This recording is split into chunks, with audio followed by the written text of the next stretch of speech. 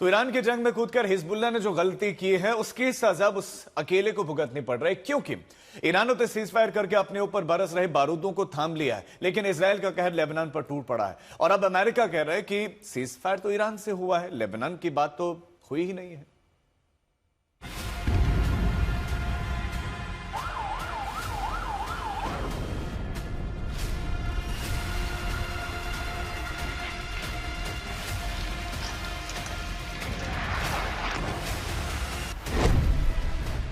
Israel की दो टूक, सीज फायर से लेबनान दूर।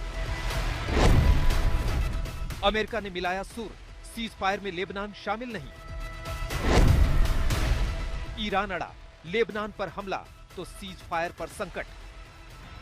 सीज फायर का पेंच अब लेबनान पर आकर टिक गया है। इजराइल ने लेबनान पर अब तक का सबसे बड़ा हमला कर इस सीज फायर को आगे बढ़ने से पहले ही ऐसा अड़ंगा लगा दिया है कि आगे इसका भविष्य क्या होगा कुछ नहीं कहा जा सकता। लेबनान में युद्ध विराम से अमेरिका ने कैसे पल्ला झाड़ लिया है, ये आप उपराष्ट्रपति जेडी वेंस के बयान से समझ सकते हैं। व्हाइट हाउस की प्रवक्ता ने भी साफ कर दिया कि राष्ट्रपति ट्रंप ने लेबनान को लेकर सीज फायर में कोई वादा नहीं किया। ये ईरान की अपनी सोच है और अपना आकलन है। Lebanon is not part of the ceasefire. This will continue to be discussed, I am sure, between the President and Prime Minister Netanyahu, the United States and Israel and all of the parties involved. But at this point in time, they're not included in the ceasefire deal.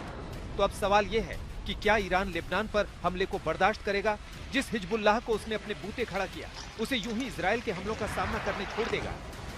Social media पर Iran के विदेश मंत्री Syed Abbas Araghchi ने साफ कहा है, Iran America युद्ध विराम की शर्तें स्पष्ट है। अमेरिका या तो युद्ध विराम चुने या इजराइल के माध्यम से युद्ध, वो दोनों विकल्प नहीं चुन सकता है। दुनिया लेबनान में हो रहे नरसंहारों को देख रही है। अब गेंद अमेरिका के पाले में है और दुनिया देख रही है कि क्या वह अपनी प्रतिबद्धताओं पर अमल करेगा।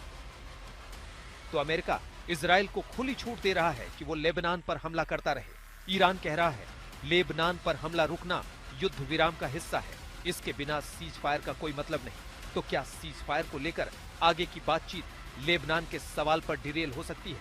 आज तक ब्यूरो।